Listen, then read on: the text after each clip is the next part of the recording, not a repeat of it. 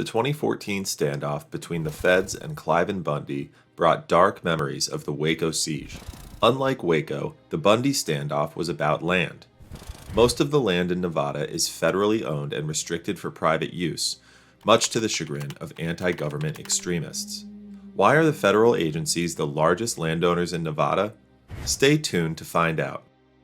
Statistics of land ownership in Nevada. If you drive across Nevada, you will be amazed by expansive landscapes and vast swaths of seemingly barren land. Who owns all this land? You may wonder.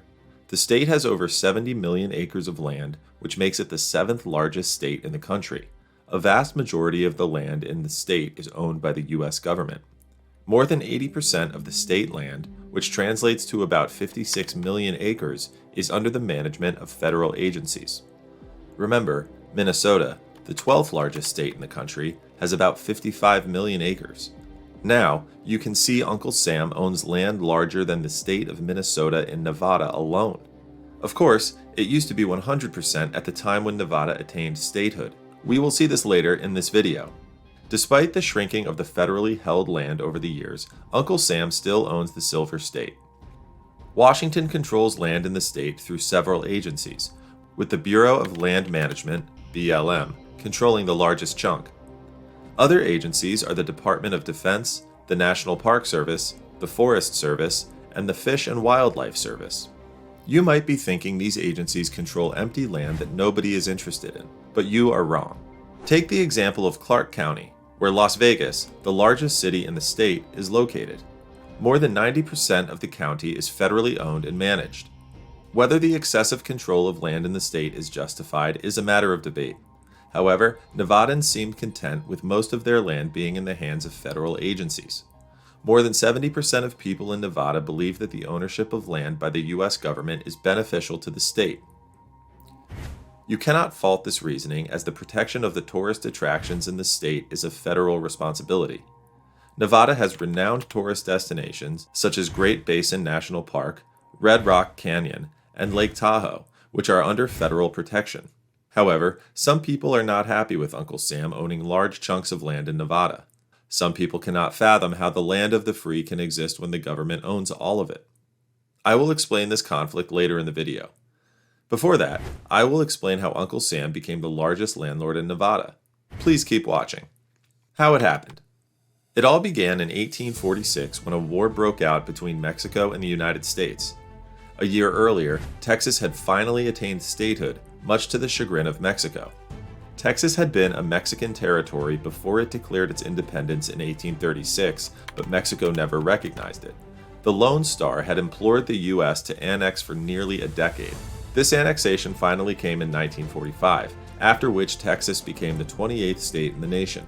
To cut a long and fascinating story short, Mexico saw the move as violating its sovereignty. Mexican soldiers attacked American soldiers in the disputed territory, killing a dozen of them. The U.S. declared war on Mexico, sparking the Mexican-American War, which would not end until 1848. Saying that Americans defeated Mexicans would be an understatement. American soldiers vanquished their Mexican counterparts. Mexico did not have any option but to agree to a peace agreement. That is how the Treaty of Guadalupe Hidalgo came into being. Under the treaty's terms, Mexico agreed to cede 55% of its territory to the U.S. The territory that America gained includes several states, with Nevada being one of them. That is how the entire land in Nevada became public land way before its statehood. Nevada became a state in 1864. The Constitution of the state favored the continuation of the arrangement before statehood. The implication was that the majority of land in Nevada continued to be public under the management of the U.S. government. Other western states which had been part of the Mexican territory have similar arrangements. Today, the U.S. government holds about 80% of land in Nevada. Remember, every inch of the state was once federally owned, so how did the 20% of the land become privately owned? The reason is that the authorities gradually transferred some of the land under their management to individual or state governments. The Homestead Act of 1962 was critical to granting federal land to individuals. The legislation gave any American or aspiring citizen the right to claim up to 160 acres of public land. However, there were conditions that prospective homesteaders had to fulfill. Remember, The law came into effect at the height of the American Civil War. Anyone who had fought for the Confederacy against the United States did not have the right to lay claim to public land. Another condition was that anyone claiming public land had to settle on their parcel or otherwise improve the plot through cultivation. The U.S. government also gave sheep herders and ranchers access to grass on public land for free. The Silver Rush of 1858 attracted thousands of people to Nevada. These silver prospectors later claimed plots for settlement. The Silver State, which is the official nickname of the state of Nevada, comes from this rush. Mining became a lifeline for the state and paved the way for more settlers seeking to strike riches in the West. How come people did not take advantage of the open door policy and claim most of the land in Nevada? Geography and politics explain this anomaly. You see, the western part of the country was once nothing but a wild and untamable land. Does the phrase Wild West ring any bells? Nevada was and is still exactly like this. The vast, arid, and mountainous swaths of land were not attractive to settlers because they were inaccessible and unproductive. Nevada had fewer land claims than any other state. For this reason, the U.S. government continued to hold a vast majority of land. Politics also slowed down the transfer of federally owned land to private hands. The U.S. government abandoned its commitment to transferring land to individuals and states in the 20th century. It put in place policies that constrained land grants, allowing the government to retain its control over Nevada. In the past century, the U.S. Congress enacted laws that complicated the transfer of publicly held land to states and individuals or organizations. The government switched its efforts to conservation. The Taylor Grazing Act, in particular, restricted the use of public land by herders and cattle owners. The purpose of the 1934 law was to prevent overgrazing. There are a bunch of other environmental laws that regulate activities on public parcels. These laws are the reason federal agencies continue to manage large portions of Nevada. How the U.S. government protects its land. The many grumblings you hear about the management of land in Nevada by federal agencies stem from the reversal of land grants in the past century. So, why did the U.S. government reverse its policy? Conservation is the primary motivation. The invitation by the government for everyone to claim public land had the unintended consequence of creating the problem of the tragedy of the commons. This problem arises when the rush by individuals to benefit from a common resource ultimately leads to its depletion. Unregulated use of land in Nevada for grazing, farming, drilling, and mining negatively impacted the environment.